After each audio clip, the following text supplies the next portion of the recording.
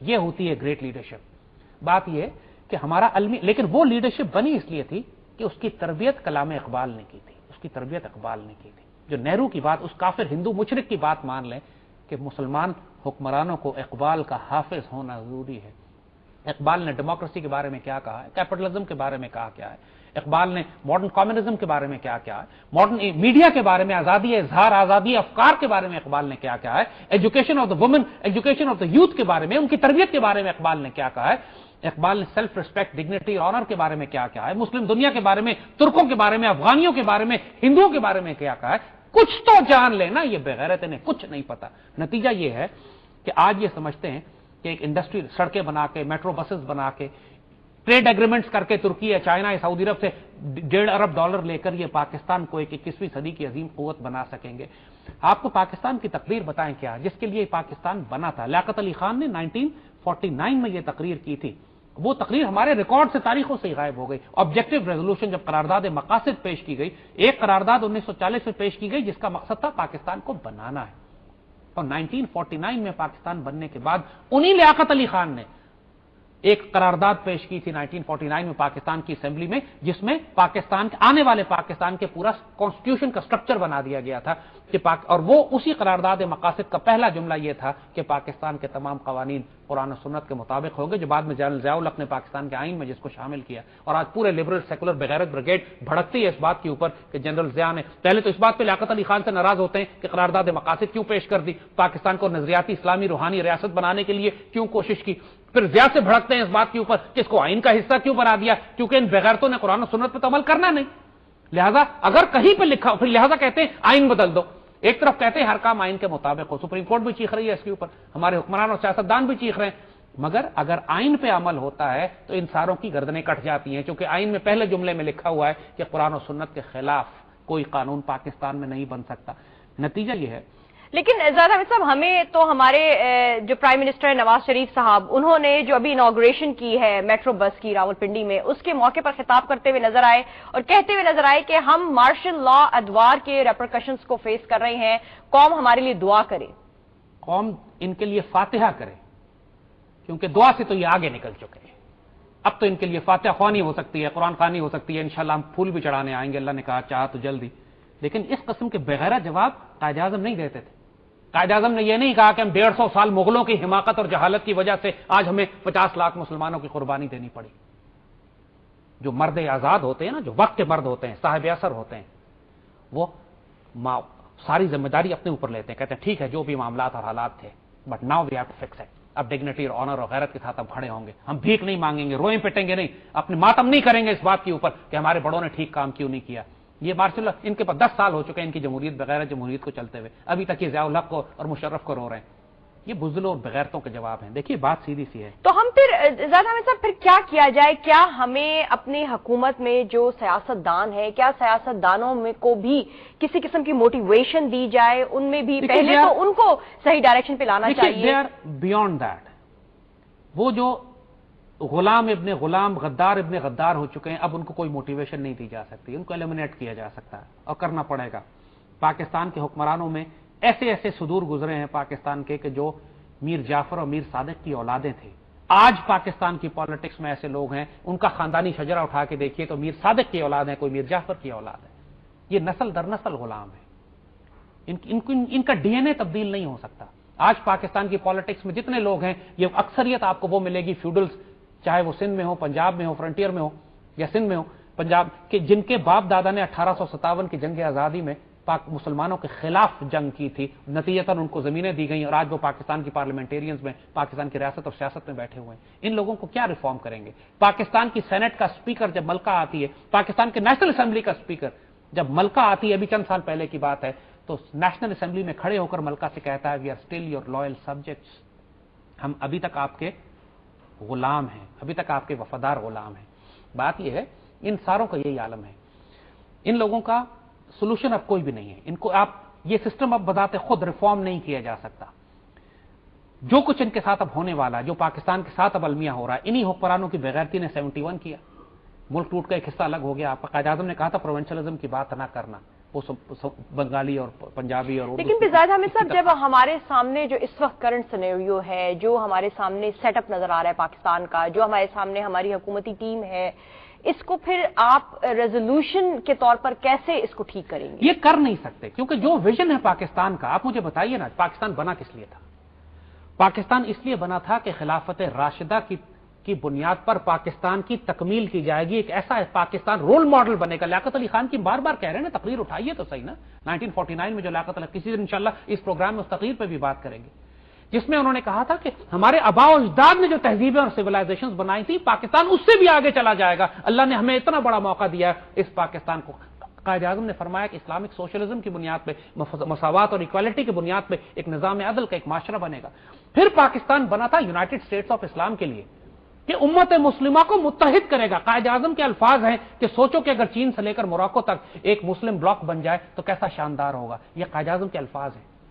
جی زیادہ آپ کو کیا لگتا ہے جو اس وقت اسٹیبلشمنٹ آف پاکستان کے وقت اسپرچل ڈائمینشن تھی، کیا ہمیں وہ آج وہی فورسز نظر آ رہی ہیں؟ یہ بات بہت اہم ہے پاکستانیوں کے لیے، خاص طور اور مسلم امت کے لیے یہ سمجھنے کے لیے کہ یہ پاکستان ہے کیا۔ اشفاق احمد صاحب مرحوم فرماتے ہیں کہ پاکستان اللہ کے رازوں میں سے ایک راز ہے۔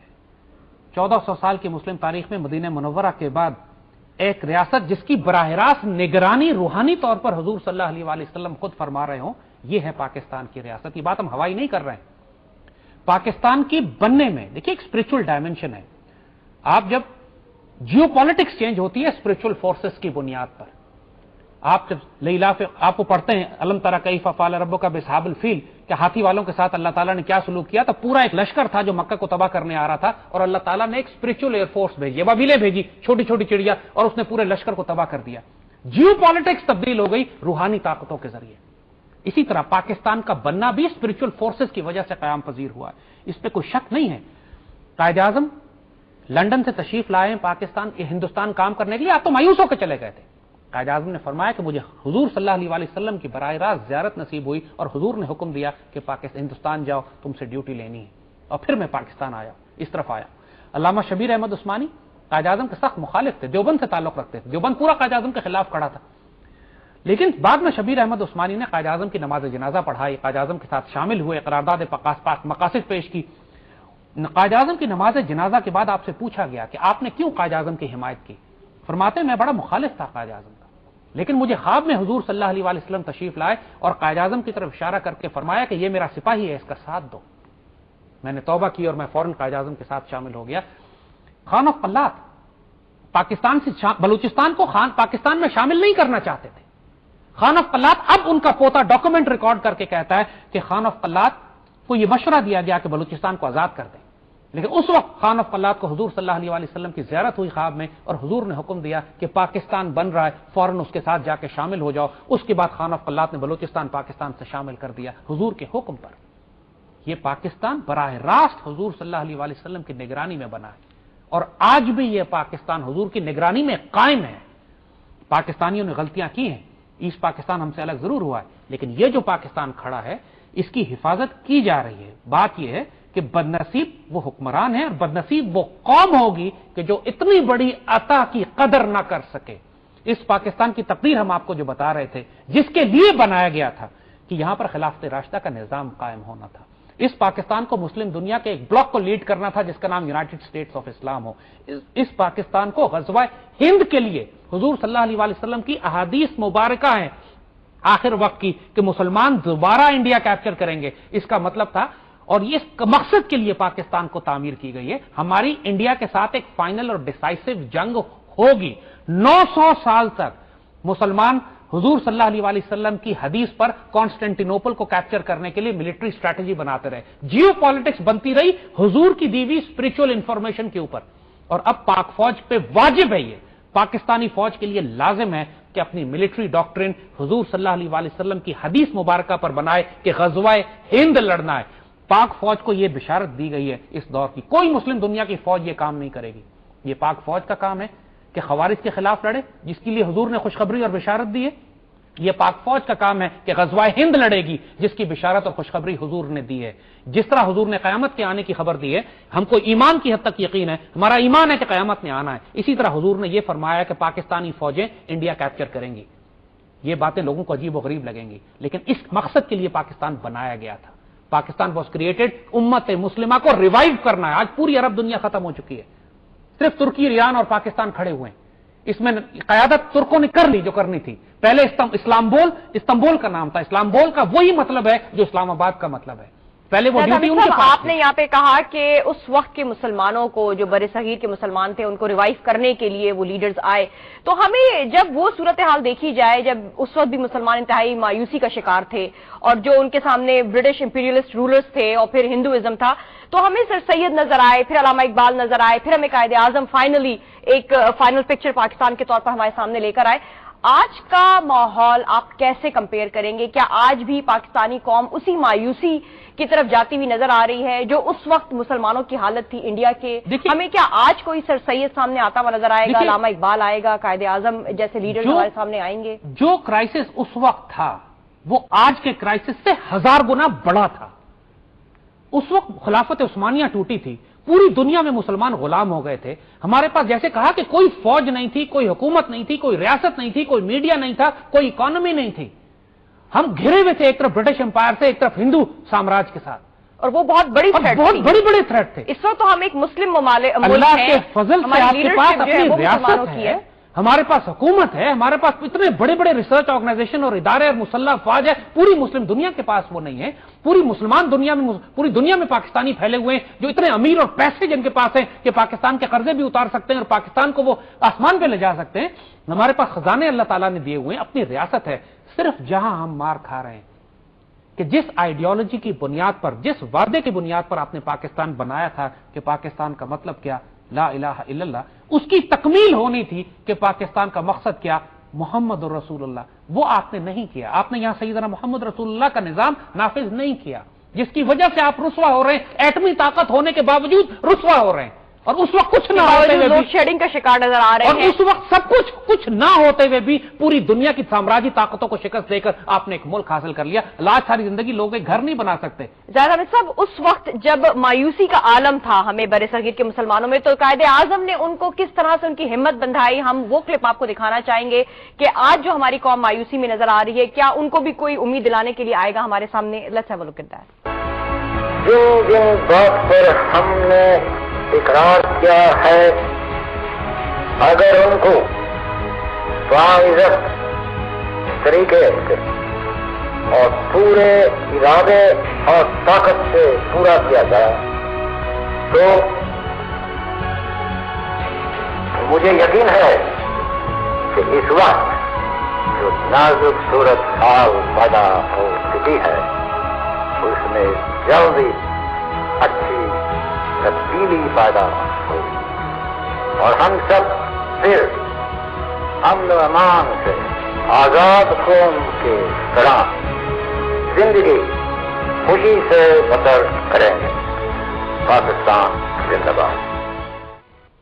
جی زاہد حامد صاحب، جیسا کہ آپ نے دیکھا کہ کتنی ہمت اور اعتمادی کی وہ بات کر رہے ہیں، تو ہمیں آج جو مایوسی نظر آ رہی ہے قوم کے درمیان، ہم نے امیدیں لگائی تھیں اس جمہوری حکومت سے، پچھلی جمہوری حکومت کے گزرنے کے بعد فرسٹ ٹائم پاکستان نے جو ہے ایک ڈیموکریٹک گورنمنٹ نے دوسری کو ہینڈ اوور کیا سکسیسفلی بغیر کسی مارشل لا کے آئے ہوئے، لیکن اب پھر 10 مہینے گزرنے کے باوجود ہمیں اس وقت بہت مایوسی جو ہے وہ فیل ہو رہی ہے۔ تو کیا کوئی بھی لیڈرشپ، کوئی بھی ڈیموکریٹک گورنمنٹ جو ہے وہ پاکستانی عوام کے زخموں پہ مرہم نہیں رکھ پائے گی؟ آپ مجھے یہی بتائیے نا کہ جو لیڈرز آپ کے پاس ہیں، کوئی ایک قائد اعظم کے جوتے کی خاک کے برابر بھی ہے؟